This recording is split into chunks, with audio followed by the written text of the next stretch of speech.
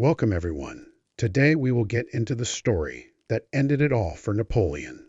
I hope you enjoy and remember to like and subscribe, or we will revert back to the Dark Ages. The 18th of June, 1815, dawned thick with the promise of rain and the acrid tang of anticipation.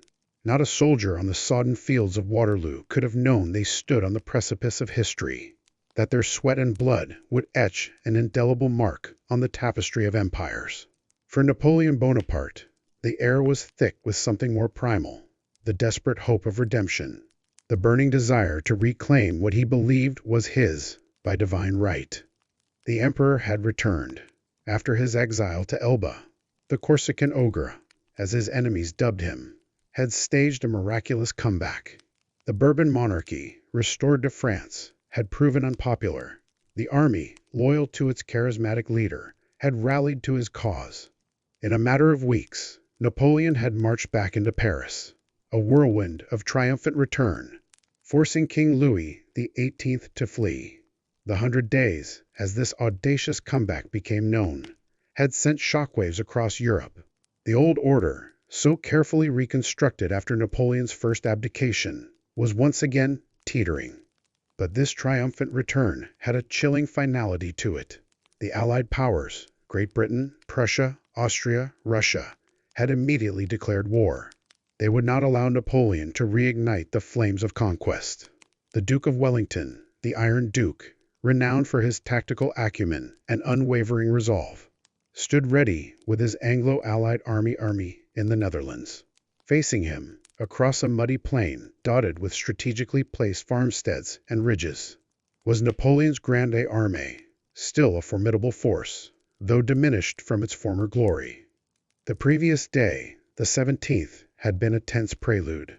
Napoleon, having outmaneuvered his Prussian adversaries at Ligny, had expected to crush Wellington's army.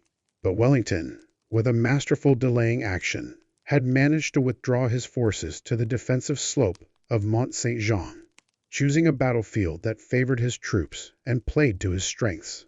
Napoleon had been frustrated, his meticulously planned offensive thrown slightly off kilter. The incessant rain had also hampered his movements, delaying the artillery bombardment he so crucially relied upon. As the morning of the 18th broke, the gloom was palpable, mirroring the mood on both sides. Napoleon, ever the gambler, was confident. He believed Wellington's army, a heterogeneous mix of British, Dutch, Belgian, and German troops, lacked the cohesion of his own seasoned veterans. He saw Wellington as a capable but ultimately cautious commander, one he could outwit and overwhelm. The battle began around 11:30 a.m.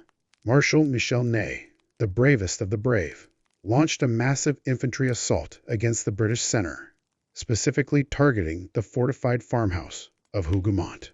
This seemingly localized attack was intended to draw Wellington's reserves, to create a gap in the Allied line for a decisive blow.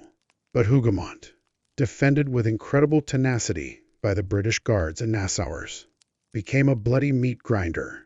The fighting was ferociously close quarters, house to house, garden to garden, enveloped in smoke and the screams of the wounded. It became a siphoning drain on Napoleon's strength, a tenacious thorn in his side that refused to be dislodged. Meanwhile, Marshal Grouchy, with a significant portion of the French army, was pursuing the retreating Prussians, a mission Napoleon believed would keep them out of the main engagement. However, Grouchy proved tragically indecisive, his legions milling about aimlessly while the fate of Europe was being decided a few miles away. The sound of cannon fire, the distant thunder of battle, reached his ears, but he interpreted it as a mere skirmish, a testament to his grave miscalculation. The main thrust of Napoleon's strategy was to use his powerful artillery to soften the Allied lines, followed by massed infantry and cavalry charges to break through. The French artillery, under the command of General de la Hitte, opened fire, unleashing a terrifying barrage. But Wellington, anticipating the attack, had positioned his troops behind the crest of the ridge, using the reverse slope to shield them from the worst of the cannon fire. The French artillery, firing at a relatively flat trajectory, tore into the ground, and the men positioned on the forward slope, but largely spared the bulk of Wellington's army. As the artillery duel raged, Napoleon ordered a massive cavalry charge. Marshal Ney, at the head of over 12,000 French cavalry, including the elite cuirassiers, heavily armored horsemen, thundered across the battlefield. It was a breathtaking, terrifying spectacle. The ground shook under the pounding hooves. Wave after wave of horsemen crashed against the Allied infantry squares, those tightly packed formations designed to withstand cavalry assaults. The French cavalry, despite their courage and ferocity, found themselves facing a resolute and disciplined defense. The Allied infantry, with bayonets fixed and muskets loaded, stood their ground. Wellington, ever present on the battlefield, his iconic brown coat and cocked hat a beacon of defiance, rode among his men, offering encouragement. The cavalry charges, though they inflicted casualties and tested the resolve of the infantry, ultimately failed to break the squares. The Allied formations, like islands in a sea of charging horses, absorbed the shock, their ranks thinning but their spirit unbroken. The French cavalry, exhausted and depleted, were eventually driven back by countercharges from Wellington's own cavalry. The battle was a brutal ebb and flow, a relentless cycle of attack and counterattack. The French, fueled by Napoleon's presence and the deep loyalty of his army, fought with astonishing bravery.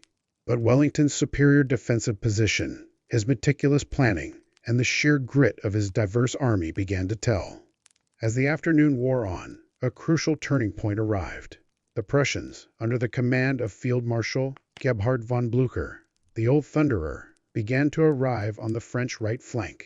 Blücher, despite being wounded at Ligny, had relentlessly pursued Napoleon's army, determined to link up with Wellington and deliver a decisive blow. Their arrival, heralded by the sound of their own drums and trumpets echoing across the ravaged fields, was a catastrophic development for Napoleon. The French right flank, already under pressure, was now facing a formidable new threat.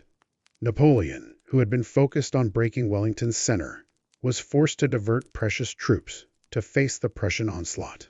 This further weakened his offensive capabilities against the British.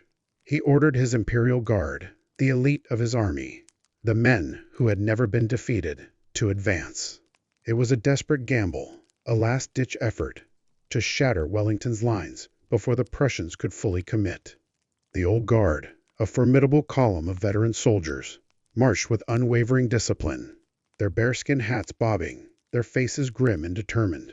They advanced into a hail of musket fire and artillery shells. For the first time in their illustrious history, the Imperial Guard faltered. They were met not by a rout, but by a solid, unwavering line of British infantry, who rose from their concealment and unleashed a devastating volley. The Guard broke. It was a sight that had never been witnessed on this battlefield, and the shock rippled through the French ranks. Seeing the Guard retreat, the heart of the French army faltered. Wellington, sensing the opportune moment, ordered a general advance. His entire army, invigorated by the retreat of the Guard and the presence of the Prussians on their flank, surged forward. The French army, caught between Wellington's advancing forces and Blücher's flanking maneuver, began to collapse. The retreat quickly devolved into a panicked rout. The Grande Armée, the instrument of Napoleon's dominance for so long, was shattered.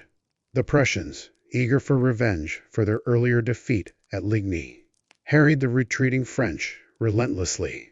The battlefield, hours earlier a scene of strategic maneuvers and desperate courage, was now a tableau of carnage and despair. The muddy ground was churned into a quagmire of blood, fallen bodies, and shattered equipment. Napoleon, witnessing his army's utter disintegration, was forced to flee. His dreams of a triumphant return, of reasserting his dominance over Europe, lay in ruins on the blood-soaked fields of Waterloo. He had gambled everything on this one decisive battle, and he had lost. The Battle of Waterloo was a watershed moment. It marked the definitive end of Napoleon Bonaparte's reign and the conclusion of the Napoleonic Wars, a series of conflicts that had engulfed Europe for over 2 decades. The continent, exhausted by years of bloodshed and upheaval, could finally begin to rebuild. Wellington, the steadfast defender of the old order, was hailed as a hero. Blucher, the relentless pursuer, cemented his reputation as a formidable commander. For Napoleon, it was the final act. The man who had reshaped the map of Europe and inspired nations and terrified empires was now a fugitive. His ambitions extinguished. He would be exiled once more, this time to the remote island of St. Helena in the South Atlantic, where he would spend his final years writing his memoirs, his legacy, a complex and enduring enigma. The echoes of Waterloo reverberated for generations. It was a testament to the power of determined defense, the importance of strategic alliances, and the brutal arbitrariness of fate. The ordinary soldiers who fought and died on that sodden field, British, French, Prussian, Dutch, and Belgian, were the true, often anonymous, architects of this monumental historical shift. They had been pawns in a grand game, their lives extinguished to settle the fate of nations. The rain had fallen, the cannons had roared, and the world had irrevocably changed. The age of Napoleon was over, and a new era, one shaped by the ashes of his final defeat, was about to begin. Thank you for listening to this story. I hope you enjoyed. There will be many more to come in the future. Some stories will be from the past, and some from the present. We will cover all kinds of different stories. Remember to like and subscribe.